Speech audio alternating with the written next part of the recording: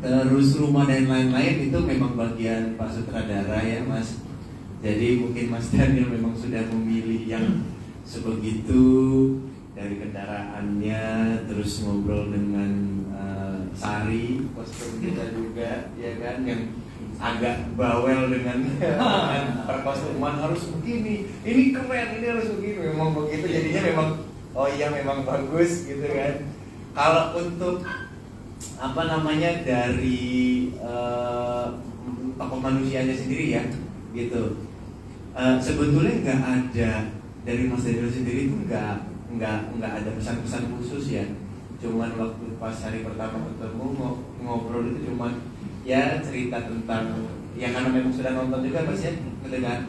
Ya kurang lebih pinginnya tuh seperti ini nanti ya, ditunjukkan juga tuh kalornya pinginnya kayak begini, moodnya tuh begini gitu. Karena itu juga saya sempat tanya apa namanya mau buat ke arah mana gitu kan. Karena buat saya sendiri itu apa namanya kalau ternyata maunya dibuat komedi ya berarti kan memang kitanya juga harus menyesuaikan juga gitu. Tapi ternyata memang dibuatnya moodnya ya seperti yang kalian tonton tadi, itu jadi catatan aja buat saya. Sama pencarian manusia Jeffrey ini ya saya coba apa namanya bangun backstory-nya lah gitu ya, yang bukan dari level keluarga yang sama dengan Sofia, tapi setelah itu menikah dengan Sofia di keluarga itu otomatis pasti Jeffrey punya potensi untuk bisa berubah seperti itu gitu loh. Ada orang yang memang jadi orang kaya sebelumnya bukan orang kaya, tapi potensi dia untuk berubah itu nggak ada, itu ada gitu kan. Nah, tapi saya mencari kemungkinan yang terjadi. Oh Jeffrey bisa seperti ini, oh seperti ini gitu. Jadi semuanya itu bisa terbentuk. Dan untuk ukuran orang seperti Sofia, saya pasti disekolahin di sekolah apa kayak Johnny apa? Johnny Power. Saya pasti disekolahin sama Sofia. Jadi apa namanya? Hal-hal yang tidak dibahas itu saya buat semua gitu loh. Saya pasti disekolahin, bukan kemauan saya, tapi Sofia pasti menyuruh saya seperti itu. Kamu kesini untuk apa namanya, bagaimana berperilaku, bagaimana ini, karena kamu nanti akan ada di sini, kamu akan mimpin jadi begini. Nah, akhirnya memang Jeffrey itu semua olahannya Sofia tuh. Itu olahannya Sofia. Kurang lebih seperti itu sih Mas. Menambahkan ya kehebatan Arya Saloka on screen gitu ya, dia tuh sangat elastis sekali gitu, fleksibel banget untuk dibentuk. Kita teman-teman udah lihat bentukan dia sebagai Jeffrey suami orang kaya itu yang old money, dengan Jeffrey ketika masih mahasiswa gitu yang pakai motor mogok lagi di jalan gitu kan, dengan dia dibikin rambutnya berponi aja gitu misalkan, terus kemudian dengan make up yang berbeda, dia udah bisa menjadi kelas sosialnya udah berbeda gitu. Dengan cara dia pembawaan juga tentunya, penghayatan dia pada mahasiswa kiri dengan seorang direktur yang perusahaan kaya gitu. Internalnya bisa main secara fisik, enak sekali untuk dibentuk gitu. Kita kasih kostum begini, hairdo begini, wah dia berubah gitu. Gitu sih kelebihan dia. Alhamdulillah, terima kasih ya Allah menghadirkan Arya Saloka. Qadarullah. Siap. Begitu Mas saya, terima kasih. Baik, mungkin ada yang mau ngasih masukan atau nanya lagi selanjutnya dari sana. Selamat malam, saya Tari dari VOI. Pertama, selamat untuk filmnya. Saya menikmati, tapi mungkin pas di paruh kedua ketiga tuh udah mulai gelisah gitu ya. Gelisah entah karena durasinya terlalu panjang atau seperti apa gitu. Tapi secara keseluruhan saya nikmati ceritanya. Ada beberapa pertanyaan. Pertama, tadi kan di sini ada karakter Sarah yang diperankan sama Davina. Ini pertanyaan buat Mas Daniel. Pertanyaannya, kenapa Sarah ke kampusnya pakai crop top?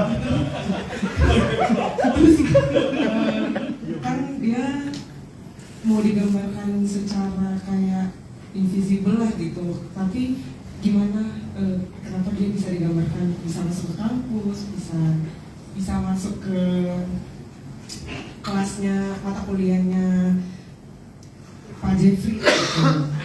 Yang kedua, ada referensi nggak dalam menggarap adegan-adegannya? Tadi visualnya juga keren banget itu. Ada referensi apakah ada referensi selain film originalnya gitu? Terus yang ketiga, kenapa tadi kan judulnya Dendam Malam Kelam, terus melihat posternya juga fokusnya ke Marsalita, apakah emang sengaja mengecoh penonton bahwa fokus utamanya Mbak Marisa atau seperti apa gitu? Terima kasih. Terima kasih. Terima kasih.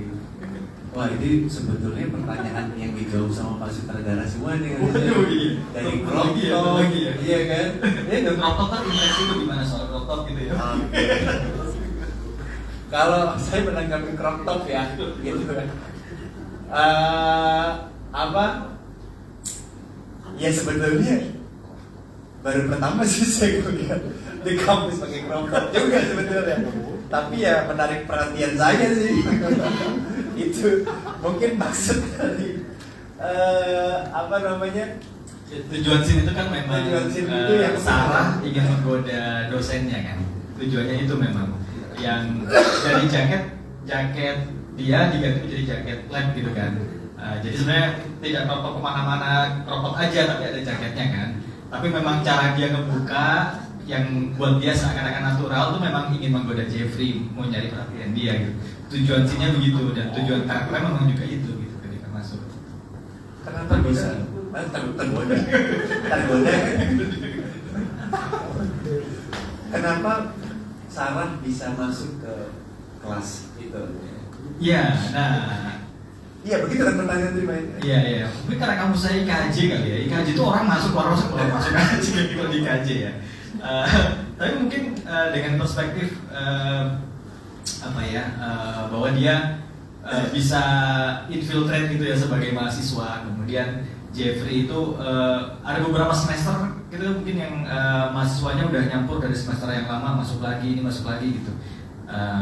Sehingga mungkin absensi Jeffrey-nya agak nggak terlalu detail, apalagi dia udah melihat bahunya Sarah kan gitu kan, apalah itu absensi gitu kan, jadi nggak perlu di absen lagi gitu, ditawarin lagi saya tadi telat banyak banget nggak Pak pelajarannya Pak itu begitu kan, jadi memang tujuan dia itu mendistract konsentrasi memang, sehingga detail-detail prosedural itu udah hilang dari kepala Jeffrey gitu. Gitu jadi mungkin kalau dilinearkan kemunculan Sarah di kampus itu memang diam-diam dia masuk dan memang sengaja ke situ gitu, dengan cara-cara yang kita udah tidak ceritakan tapi masih mungkin banget terjadi gitu di kampus-kampus di Indonesia yang mungkin agak longgar ya, yang nggak terlalu ketat banget gitu. Seperti kampus saya di Cikini itu siapapun bisa masuk kayaknya. Saya benar-benar orang luar pun juga bolak-balik bisa masuk. Iya, ini siapa ya? Nggak tahu tapi ikut aja pelajarannya. Referensi selain film ini, Batman. Iya benar bisa. Lebih ke Gotham City ya kita ya. Kalau saya pribadi, saya tuh pecinta Alfred Hitchcock sebenarnya, Hitchcock. Jadi dan bahkan ada istilah Hitchcockian gitu, bahwa orang-orang yang mengikuti paham Hitchcock gitu. Ya kalau kontemporer ada Fincher ya, David Fincher, dan dia lebih kekinian lagi mungkin Rian Johnson yang bikin Knives Out, itu dia juga dianggap sebagai Hitchcockian juga dengan cara storytellingnya dia gitu.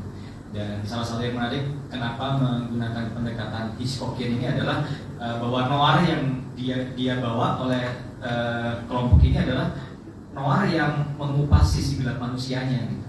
Yang semakin kita bedah sisi gelap manusia itu, semakin kita menemukan diri kita sendiri. Si penontonnya, oh iya, gue juga punya sisi itu sih sebenarnya yang gue pendam dalam-dalam, tapi di film ini diungkap gitu, entah dari segi nafsu, keserakahan, tema-tema noir kan seperti itu gitu.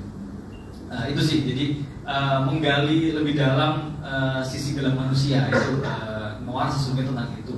Walaupun disampaikan dengan secara teknis gambarnya terang gelap gitu kan, tapi sejatinya tentang sisi gelap manusia yang mau dibongkar. Sehingga saya nge-reference pada Hitchcock, Fincher dan Rian Johnson gitu sebagai referensi. Pertanyaan